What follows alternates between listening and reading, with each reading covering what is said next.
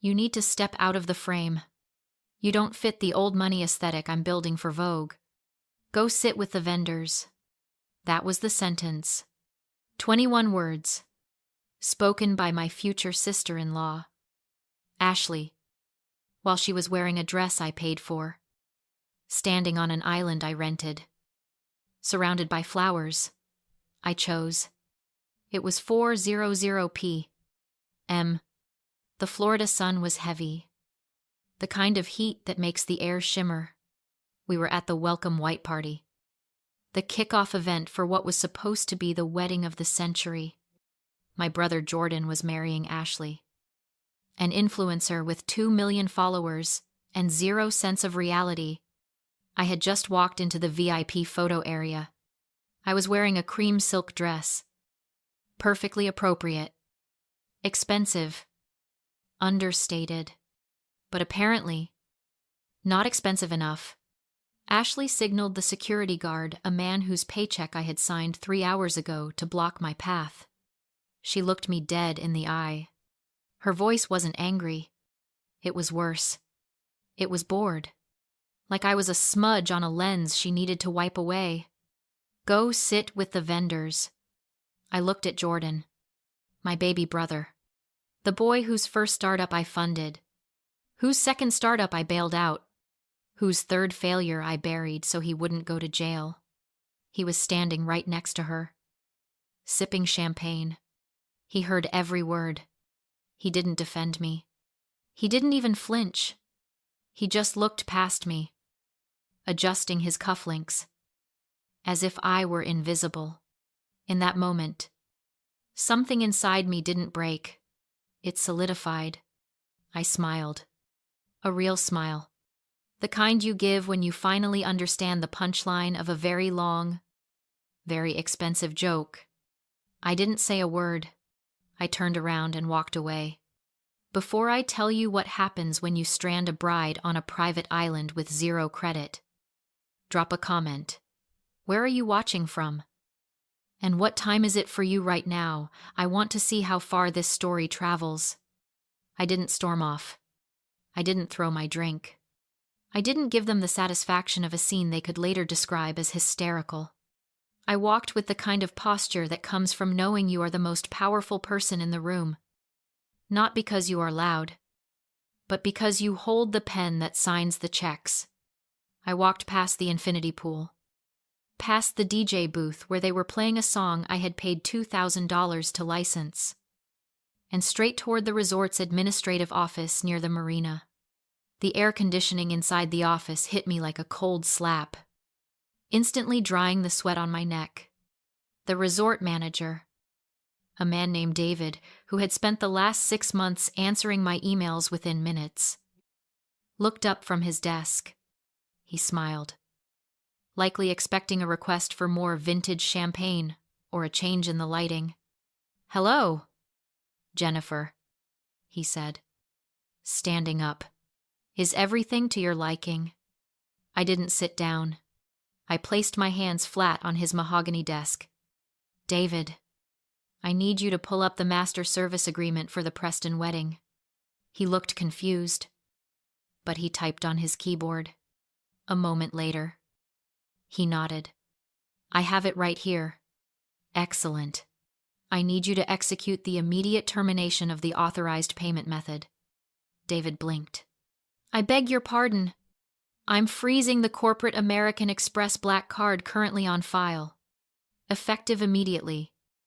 04:15 p.m. I am revoking all financial authorization for this event." The color drained from his face so fast it was almost fascinating to watch. "But, Ms. Preston," he stammered, "the reception dinner hasn't been served. The open bar is currently active. The florists are still setting up the arch for tomorrow. If you freeze the funds now, then I suggest you find Jordan Preston or Ashley Miller and ask them for a valid form of payment," I said, my voice steady and low. "If they cannot provide one, I suggest you stop serving." But the contract. The contract states that the primary signatory can withdraw funding at any time prior to the final settlement date, provided I accept the loss of the deposit. I looked him in the eye. I accept the loss. David looked at his screen, then back at me. He realized this wasn't a negotiation. It was an eviction notice for my own family. Done, he whispered, tapping a key. The card is removed. Thank you. Now, I need a private water taxi to Key West. Immediately. You aren't staying on the island. I looked out the window toward the beach, where I could see the white tents billowing in the wind. I could see my mother laughing with a guest. I could see Jordan holding a cigar I had paid for. They looked so happy. They had no idea that in about 10 minutes, the music was going to stop. No, David, I said. I don't belong here. 10 minutes later, I was on a speedboat cutting through the turquoise water. The engine roared, drowning out the distant sound of the party. I didn't look back at the island. I looked forward, toward the horizon. I reached into my purse and pulled out my phone. I opened the banking app. I saw the pending charge for the final venue payment. I hit cancel. Then, I turned my phone off. For the first time in 32 years, the silence wasn't lonely. It was expensive. It was terrifying. And it was the most beautiful thing I had ever heard. The boat ride took 45 minutes. 45 minutes of salt spray hitting my face, of the engine humming beneath my feet, of my phone vibrating uselessly in my purse. I sat near the stern, watching the white wake stretch out behind us. A physical line being drawn between me and the people who were supposed to love me. Why did I pay? That was the question bouncing around my skull. Why did I wire $85,000 to a resort for a wedding I wasn't even allowed to stand in? Why did I deplete the savings account I had spent 5 years building for my own home? Just to give Jordan a party. It wasn't generosity. I knew that now. It was a transaction. For as long as I could remember, my love had a price tag attached to it. When I was 10, I learned that good grades didn't get my mother's attention, but buying her a scarf with my allowance did. When I was 22 and Jordan crashed his first car, I learned that my anger didn't matter, but my credit score did. I had become the family bank not because I was rich, but because I was desperate. I thought if I made myself indispensable, they couldn't leave me. I thought if I solved every problem, caught every falling knife, and paid every bill, I would finally earn the right to exist in their world. I had built an invisible chain, linking my worth to my wallet. I thought the chain was made of love. I thought it was unbreakable.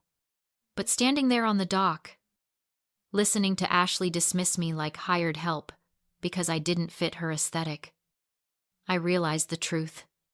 The chain wasn't holding us together. It was a leash, and I was the only one wearing it. They didn't love me for what I gave.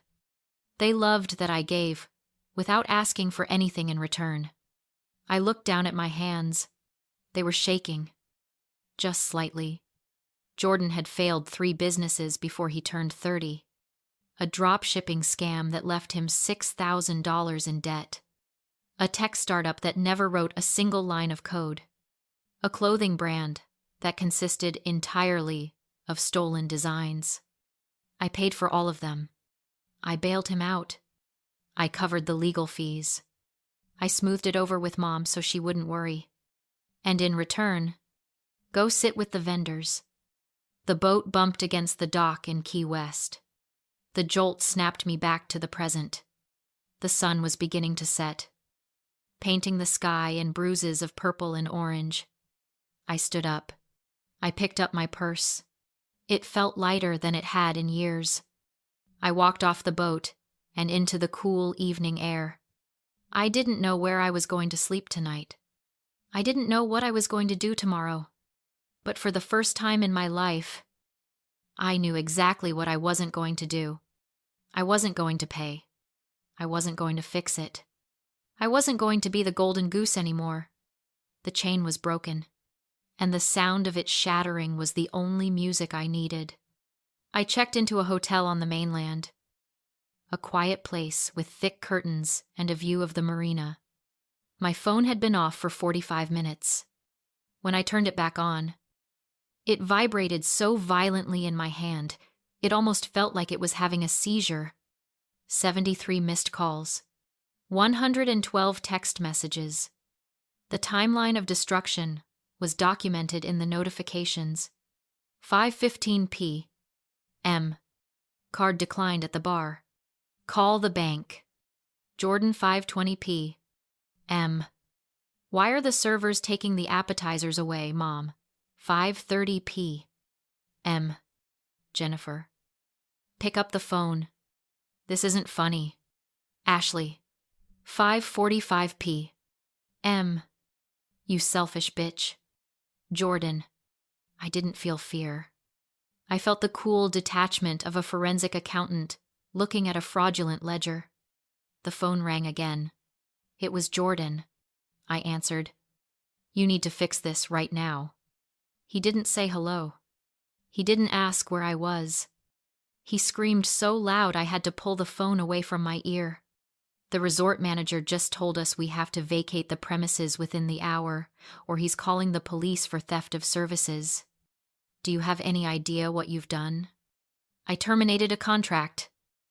Jordan, I said, leaning back against the hotel headboard. I believe that's how business works. This isn't business. This is my wedding. You are ruining Ashley's brand deal. We have sponsors here. We have investors. Investors. The word hung in the air, sharp and out of place. Investors, I asked, for a wedding. You don't get it because you have zero vision. He spat. You're embarrassing us. Mom is crying in the bathroom because she can't face the guests. You need to wire the funds back immediately. Double it. For the emotional distress. I listened to his breathing, ragged and panicked on the other end of the line. And suddenly, I understood. I realized why their collapse was so instant and so catastrophic. There is a psychological concept called the delusion of the empty wallet. It explains why people with no internal value are so obsessed with external displays of wealth. Jordan didn't have character. He didn't have grit. He didn't have talent. He had things. He had a watch I bought, a car I leased, a suit I paid for. His entire identity was a costume. He believed that if he stood on an expensive island wearing expensive clothes, he was a powerful man. He confused having with being. He thought the money made him worthy, but the money was never his. It was mine, and the moment I took it back, he wasn't just broke. He was naked.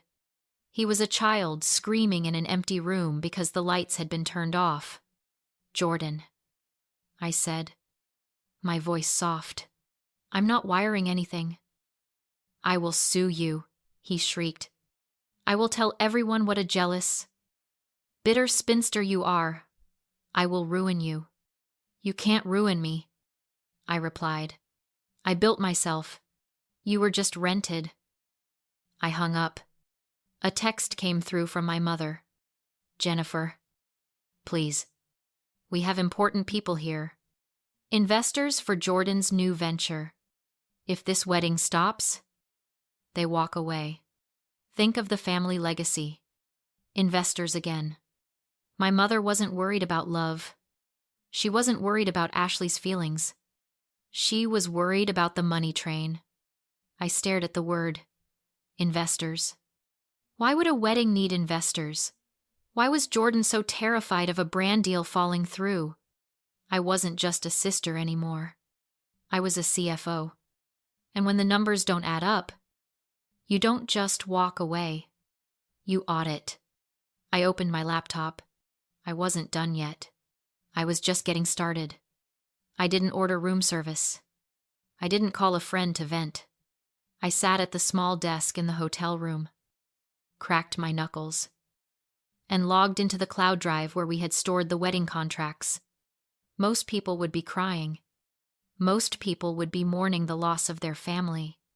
But I am a chief financial officer. When I see a discrepancy, I don't mourn. I audit. I pulled up the master spreadsheet. I had wired $85,000 to a dedicated wedding account 3 months ago.